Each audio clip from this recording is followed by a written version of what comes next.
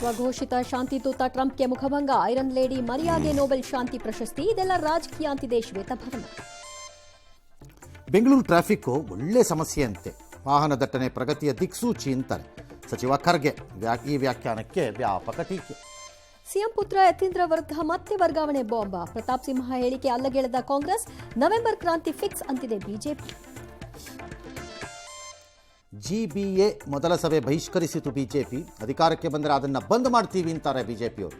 A ಖಾತೆಗೆ ನೀರು current ಬಗ್ಗೆ ನಾಳೆ ನಿರ್ಧಾರ. ಇಂಡಿಯಾ ಅಫ್ಘಾನ್ ಮಧ್ಯೆ ಮತ್ತೆ ಬಾಂಧವ್ಯ. ಭಾರತ ವಿರೋಧಿ ಚಟುವಟಿಕೆಗೆ ಅವಕಾಶವಿಲ್ಲ ಎಂದ ತಾಲಿಬಾನ್. ಹೊಟ್ಟೆಯವರಿಗೆ ಪಾಕ್ ವೈಮಾನಿಕ ದಾಳಿ.